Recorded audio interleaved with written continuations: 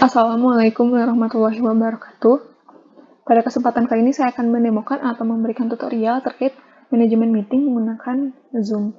Di sini yang akan dibahas adalah mulai dari scheduling meeting, kemudian menginvite orang lain ke dalam meeting, kemudian mengatur kamera, mikrofon, dan juga share screen, dan yang terakhir record meeting pada Zoom. Baik, pertama-tama yang harus kita lakukan adalah membuka aplikasi Zoom. Juga kita bisa mengaksesnya melalui website zoom.us dan akan seperti ini tampilannya. Kemudian, jika belum memiliki akun, kita bisa sign up. Sign up-nya mudah seperti aplikasi-aplikasi lainnya, namun karena di sini kita sudah memiliki akun, kita akan langsung sign in saja. Kita sign in menggunakan akun yang kita miliki.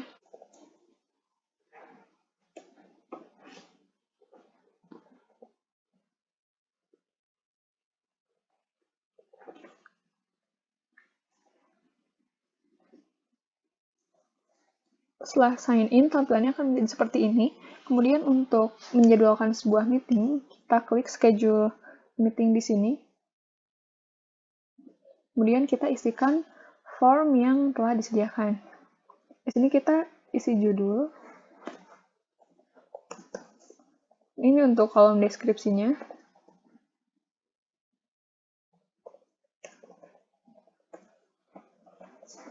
Kemudian kita bisa mengatur tanggal dan juga waktu meeting yang akan dilaksanakan. Kita bisa mengatur durasinya. Kemudian di sini ada recurring meeting. Nah, recurring meeting ini bisa diatur harian, mingguan, bulanan, atau misalnya tidak ada waktu tertentu. Ini tuh untuk meeting yang dilakukan secara berkala, namun karena ini kita akan membuat meeting yang satu kali, maka kita tidak checklist. Kemudian untuk registration-nya juga kita diamkan saja. Untuk meeting ID-nya kita pilih yang generate automatically agar di-generate secara otomatis. Terus di sini kita juga bisa menggunakan password.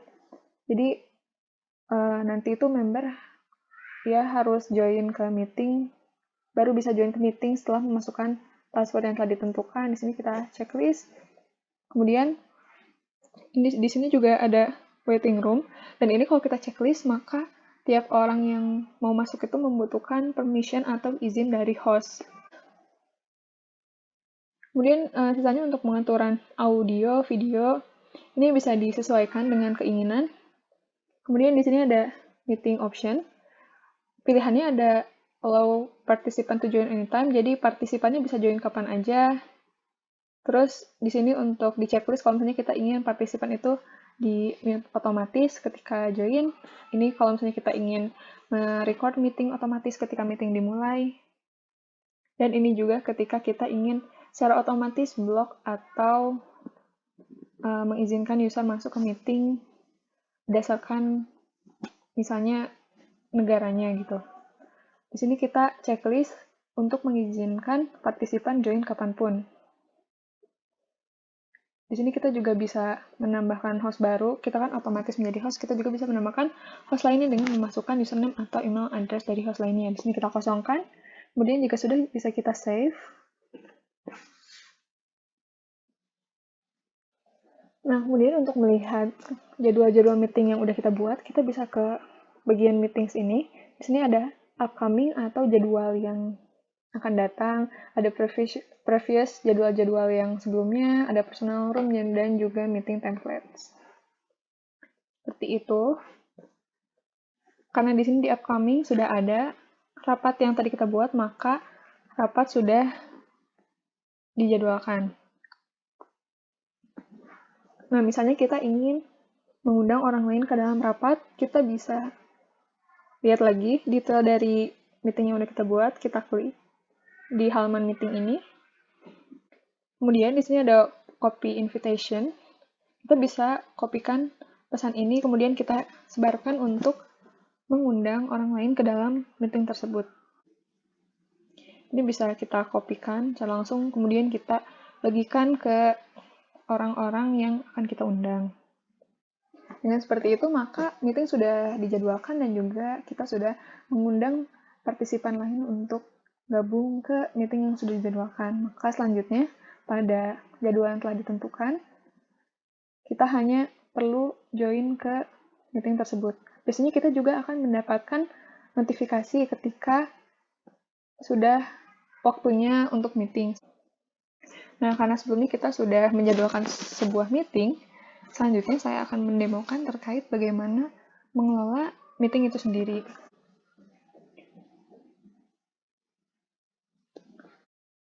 Nah, kemudian untuk memulai rapat, ini tuh bisa dilakukan waktu jadwalnya dan bisa juga dilakukan waktu sebelum jadwalnya. Caranya kita ke bagian meeting, terus kita klik tombol start ini. Nanti itu tampilannya akan seperti ini. Nah, terus nanti itu kita bakal dapat dua pilihan. Kita bisa buka aplikasi Zoom-nya apabila sudah terinstall, atau kita juga bisa join melalui browser. Kalau misalnya kita nggak punya aplikasi Zoom, di sini karena saya sudah punya aplikasinya, maka saya akan buka melalui aplikasi Zoom yang sudah terinstall.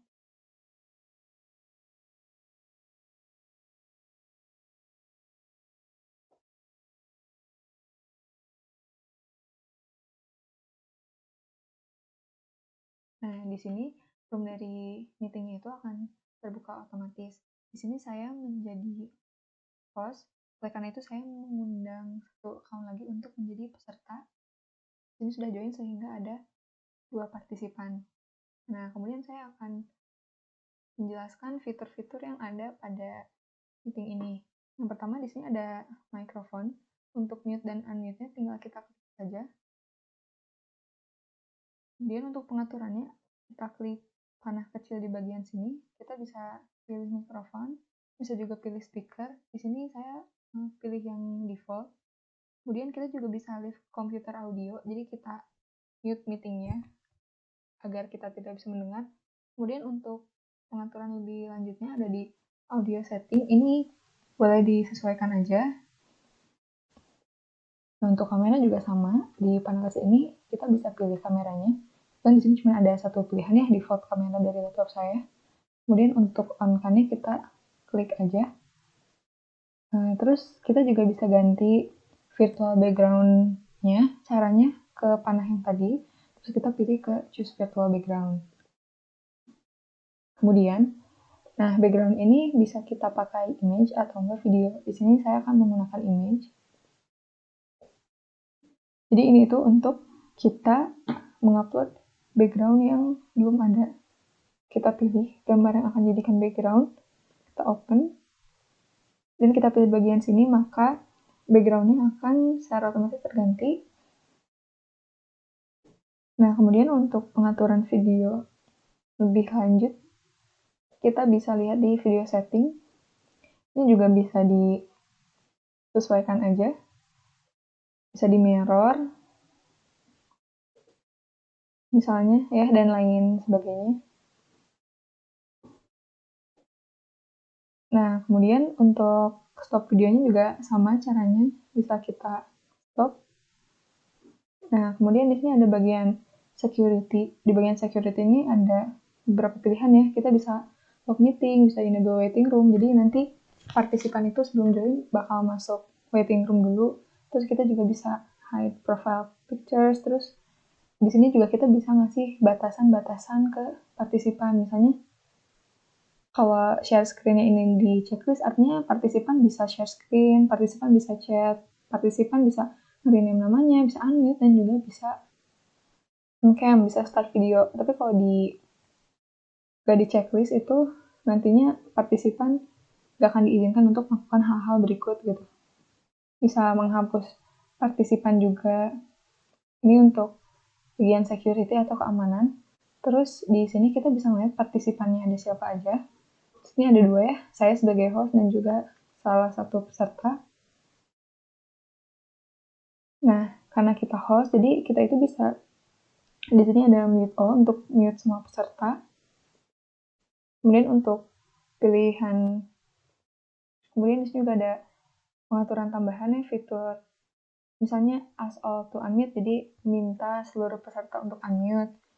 Atau misalnya kalau partisipan to unmute themselves biar mereka bisa unmute sendiri, enable waiting room, jadi nanti partisipan yang mau join masuk ke waiting room dulu, log meeting. Ini disesuaikan aja dengan kebutuhan.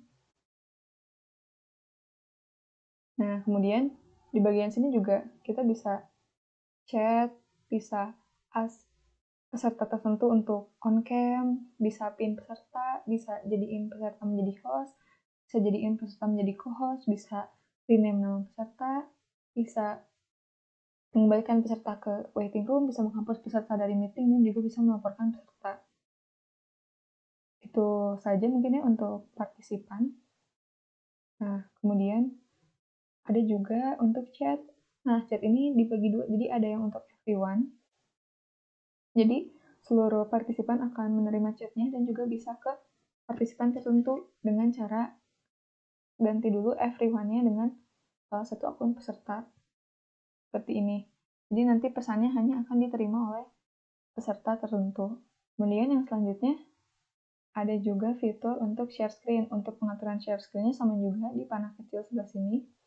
Nah, ini tuh pengaturan untuk kalau yang pertama di checklist artinya dalam waktu yang sama hanya ada satu orang yang bisa share screen. Kalau yang bawah artinya kita ingin dalam waktu yang bersamaan ada beberapa yang bisa share screen. Nah, untuk pengaturan lebih lanjutnya ini ada di advanced sharing option. Ini ya, jadi kita bisa ngatur siapa aja sih yang bisa share screen. Kalau only host artinya host aja yang bisa share screen, atau kita mau semua partisipan bisa share screen juga bisa. Kemudian siapa yang bisa share screen pas ada lagi orang lain yang share screen. Misalnya kita mau ngatur host aja atau semua partisipan. Ini saya pilihannya pengaturannya seperti ini.